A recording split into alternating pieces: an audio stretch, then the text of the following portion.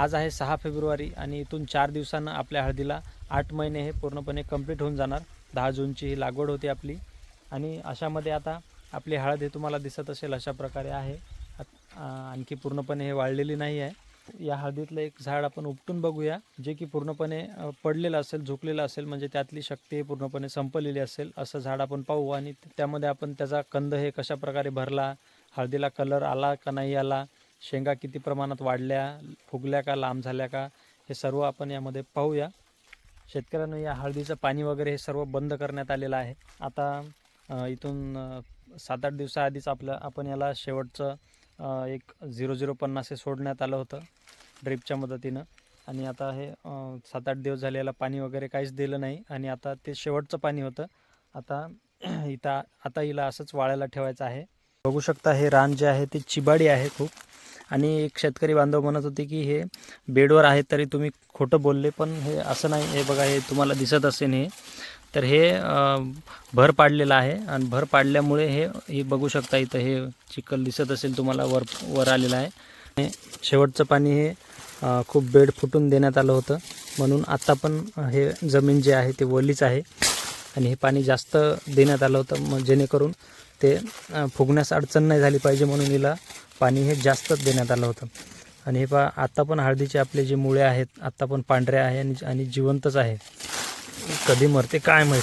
शेतकऱ्यांनो, मी तुम्हाला प्रत्यक्ष दाखवण्यासाठी आपल्या हळदीची स्थिती काय आहे हे दाखवण्यासाठी दर 2-4 दिवसांनी एक झाड उपटून बघत असतो आणि तुम्हाला दाखवत असतो.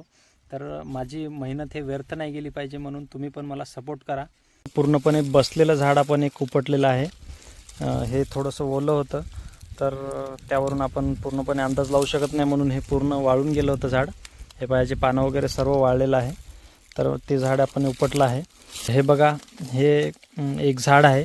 याला जवळपास 3 हे फुटवे निघाले आहे. हे बघा, 1, 2 आणि इकडे एक आहे 3 आणि हे मेन कंद. याला 3 फुटवे काढले होते, म्हणजे ॲव्हरेज आपल्या हळदीला 3 ते 4 फुटवे हे आहेत. आणि आता आपल्या हळदीची अशी स्थिती आपल्याला दिसत आहे. तर यामध्ये तुम्ही बघू शकता हे जे मेन शेंग आहे आणि तिचे हे डोळे आहेत. तर डोळे बघा, डोळ्यांची लांबी हे खूप चांगल्या प्रकारे वाढलेली आहे.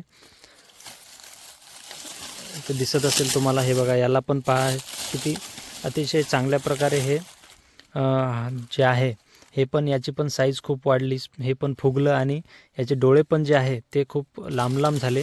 तर हे पहा, माझ्या एका बोटा एवढाले हे लांब झाले डोळे याचे आणि हे पण खूप साईज याची मोठी झालेली आहे. 1 किलोच्या जवळपास हा घड आहे आणि याला चांगल्या प्रकारे शेंगा आलेल्या आहेत, तरी भरपूर आहेत. काही दिवसापूर्वी आपण एक झाड उपटून पाहिलं होतं, तर त्याच्या शेंगा हे एवढ्या चांगल्या प्रकारे फुगल्या नव्हत्या आणि लांब पण नव्हत्या झाल्या. तर याला तुम्हाला दिसत असेल याच्या शेंगा फुगल्या पण, त्याचे डोळे जे आहेत ते पण खूप चांगल्या प्रकारे लांब झालेत आणि मोठे पण झालेत, फुगले पण. आपल्या शेंगाला कलर मधातून कसा आहे, कुरकुमीन कसा आहे ते पण बघू आपण. एक मोडून दाखवतो मी तुम्हाला. हे बघा, याला कुरकुमीन अशा प्रकारे कलर आलेला आहे. अशी भरलेली आहे आपली हळद, पिवळी, भरपूर पिवळी आणि कुरकुमीनची मात्रा पण चांगली आहे. हे बघा, आणि ते व्यापारी लोक हेच पाहतात की हळदीला कलर कसा आहे, कुरकुमीन किती प्रमाणात आहे आणि त्यावरून आपल्या हळदीला हे भाव लागत असते.